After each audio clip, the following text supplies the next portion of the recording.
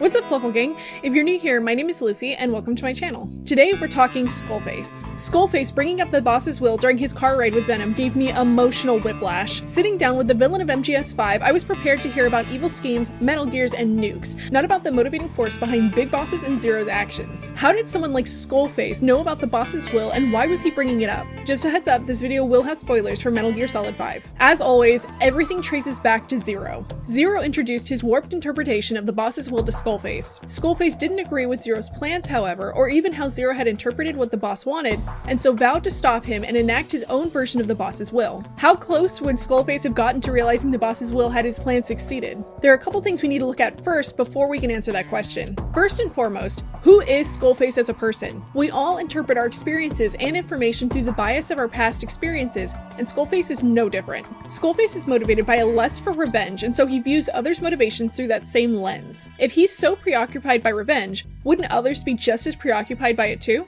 Doesn't everyone want revenge against those who have wronged them? The second lens Skullface views things through is his past trauma. He was kidnapped from his village and forced to work for the soldiers who had taken him. He was also infected by the Hungarian vocal cord parasite, stripping him of his culture and his connection to his home. And if you missed my previous video on Skullface, which goes more in depth about this and what he talks about on his car ride with Venom, I'll have it linked in the description below. Skullface was forced to set his culture aside and assimilate to his captor's way of thinking, changing his beliefs many times over the course of his time with them. As each new post, he was exposed to new ways of thinking. Now that we understand how Skullface views things, let's take a look at his understanding of Zero's interpretation of the boss's will. Skullface talks about Zero's goals and outlines them as follows. His goal was an organization dedicated solely, covertly, to supporting America. Zero wanted to create an organization that benefited America and believed that Washington didn't know how to do that, nor did they spend their money properly. He wanted to divert funds to his new organization, the Patriots. The Patriots would create systems and codes to control the flow of information in America to influence the public in the direction he wanted to steer them in. So the Major sought a system that used information, words, to control the subconscious. In this way, he would assimilate the people to one way of thinking, his way of thinking. Eventually, he would use his systems to unite America with the rest of the world as his systems slowly spread across the globe. To him, it was mourning the loss of his friend. Or rather, an act of revenge on the world, but America most of all. Skullface says Zero was acting out of grief over the loss of his friend, and that he wanted revenge on those who had wronged her. Maybe it was an act of revenge, or at the very least, a bitterness towards how the boss had been used. But Skullface sees everything through a lens of revenge, so this could have been his own bias, / his own way of understanding Zero's motivations. Skullface didn't agree with Zero's plans. He understood his plans as a desire to forge a single consciousness in America, where the people are diverse. America is a country of liberty, a meeting of immigrants. Instead of simply assimilating, its citizens live alongside others. Their roots are very diverse. America's never been made up of just one. But he tried to forge a single consciousness. They don't try to assimilate, but live beside one another and commingle their cultures. A single consciousness would squash America's diversity. We see his own experiences come into play here as he's deeply motivated by the thought of people losing their cultures as he's lost his own. The idea that every citizen would use free will to unite behind their country. Unilateralism like that can't be entrusted to any one individual. Skullface talks about Zero's own biases based on where he was born and raised. Cypher plans to use its codes to control the world. They think they can. And the mother tongue of all those codes is hate. The word became flesh. He goes on to quote Emil Cioran. It is no nation we inhabit, but a language. Make no mistake, our native tongue is our true fatherland. Zero steering the world with English would steer others whose native language wasn't English away from their fatherland, which Skullface couldn't abide by. So Skullface learns about Zero's plans and hates them. What about Skullface's plans? How did he want to achieve the boss's will? All that's left is the future, and mine is revenge on those who leech off the words of their fellow man. Skullface says Zero could never understand or realize the boss's will, as he's never known the pain of losing his own language. Skullface doesn't want to see what happened to him happen to anyone else. Zero doesn't understand what it's like to be ripped from your own country, culture, and community. He doesn't understand the harm that can bring. As he comes from an English-speaking background, he's going to assimilate all other people, regardless of their beliefs and culture, to his way of thinking to unify people to one consciousness. The first thing Skullface wants is revenge against Zero. And then it hit me. It was he who should feel my wrath. He and the code he chose as basis for control. Language codes, information codes, beamed all around us, genetic codes spanning history. By controlling the codes, Cypher Zero intends to unify the world. Zero intends to control the masses through his codes, and as all his codes are in English, he'll be steering people in that direction. Skullface hates this, as anyone who doesn't speak English natively will be assimilated into an English-speaking body. It isn't English that accumulates all of Skullface's hate, by the way. That just happens to be the language Zero speaks. He hates anything that would strip people of their language and their fatherland. As one born into this world, he's afflicted. I hold him responsible for killing my freedom. Killing all traces of my past. Killing any promise of a future.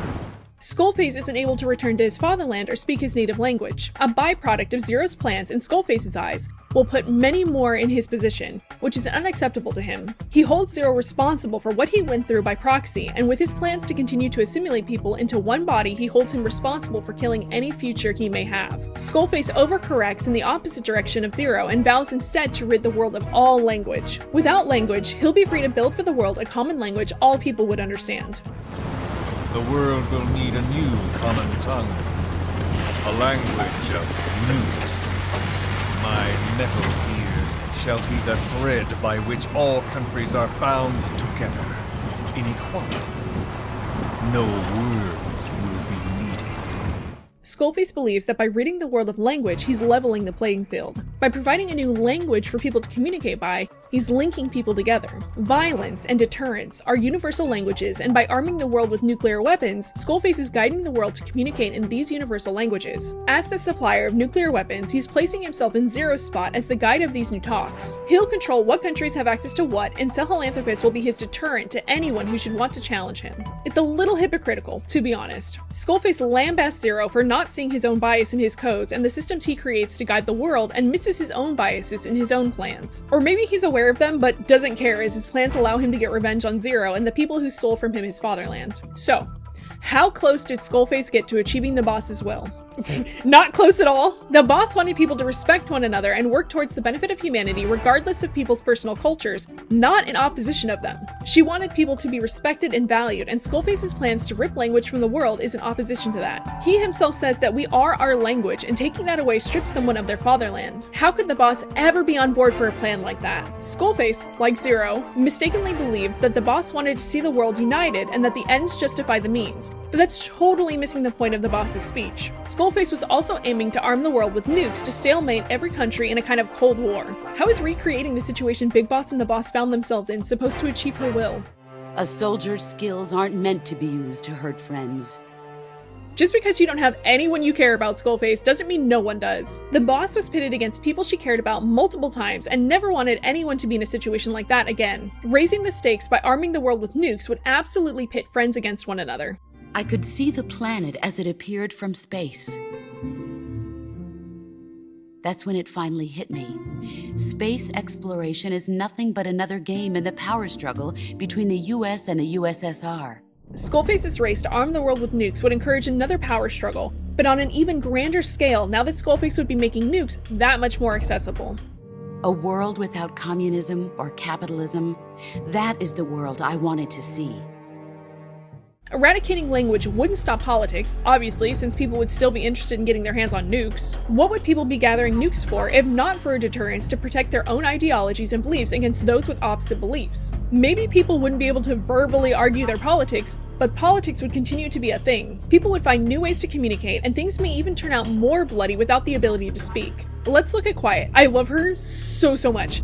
But when she needed to communicate that a mother-based soldier was infected with a vocal cord parasite and shouldn't speak, she couldn't say that's what was going on. Instead, she jumped to violence and tried to cut the soldier's tongue out. Is that the world Skullface wants to live in? Because it's a world more geared towards Liquid Stream than the bosses. Skullface suffered immensely, and instead of wanting to see a better world where what he went through never happened to anyone else, he laser focused on getting revenge on those who hurt him. He opposed Zero's plans to assimilate the world under his codes and way of thinking, and swung hard in the other direction, deciding to eradicate language so that Zero's codes were rendered useless. Without language, he wanted to install a new form of communication, a language of violence through nuclear armament, and somehow, he thought this would be a closer version to the boss's will than what Zero had planned? I don't know what Skullface was smoking, but clearly his judgment was clouded by his lust for revenge. I hope this clears up Skullface's plans and how he felt they related to the boss's will. Thank you so much for making it to the end of the video. Please like, subscribe, turn on notifications, join us in Discord, come suggest video ideas. We're always talking about MGS. More importantly, please take care of yourselves, and I will catch you all in the next one. Thank you.